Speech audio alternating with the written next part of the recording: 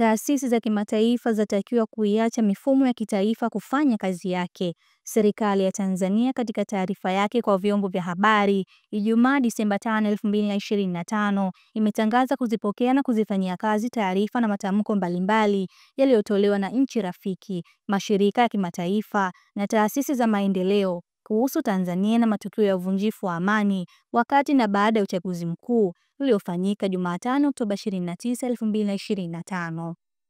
Kulingana na taarifa ya Wizara ya Mambo ya Nje, miongoni mwa waliotoa matamko hayo ni pamoja na Ubelgiji, Canada, Denmark, ujumbe wa Umoja wa Ulaya EU, Finland, Ufaransa, Ghana, Ujerumani, Iceland, Italia, Uholanzi, Norway, Poland, Slovakia, Hispania, Sweden, Uswizi, Uingereza, Baraza la Haki za Binadamu na Umoja wa Mataifa, Marekani, pamoja na taasisi ya Thabo Mbeki ya Afrika Kusini.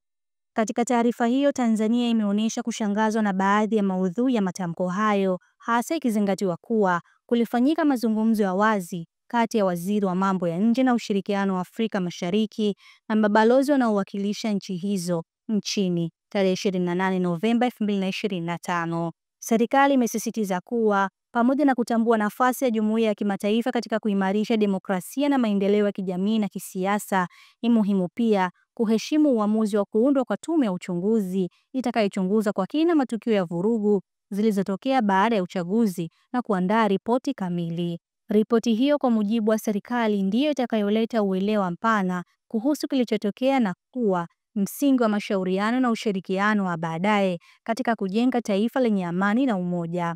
Serikali ya Tanzania inaendelea kuwa mstari wa mbele katika ushirikiano wa kimataifa kwa ajili ya amani na maendeleo, na inatoa wito kwa wadau wote kuruhusu mifumo ya kitaifa kufanya kazi yake kwa mujibu wa taratibu zilizowekwa, imeeleza taarifa hiyo. Aidha, serikali ya Tanzania imewahakikishia wadau wa maendeleo na jumuiya ya kimataifa kuwa itaendelea kujadiliana na kushirikiana nao katika masuala yote ya maslahi ya pande zote kwa misingi ya usawa na kuheshimiana.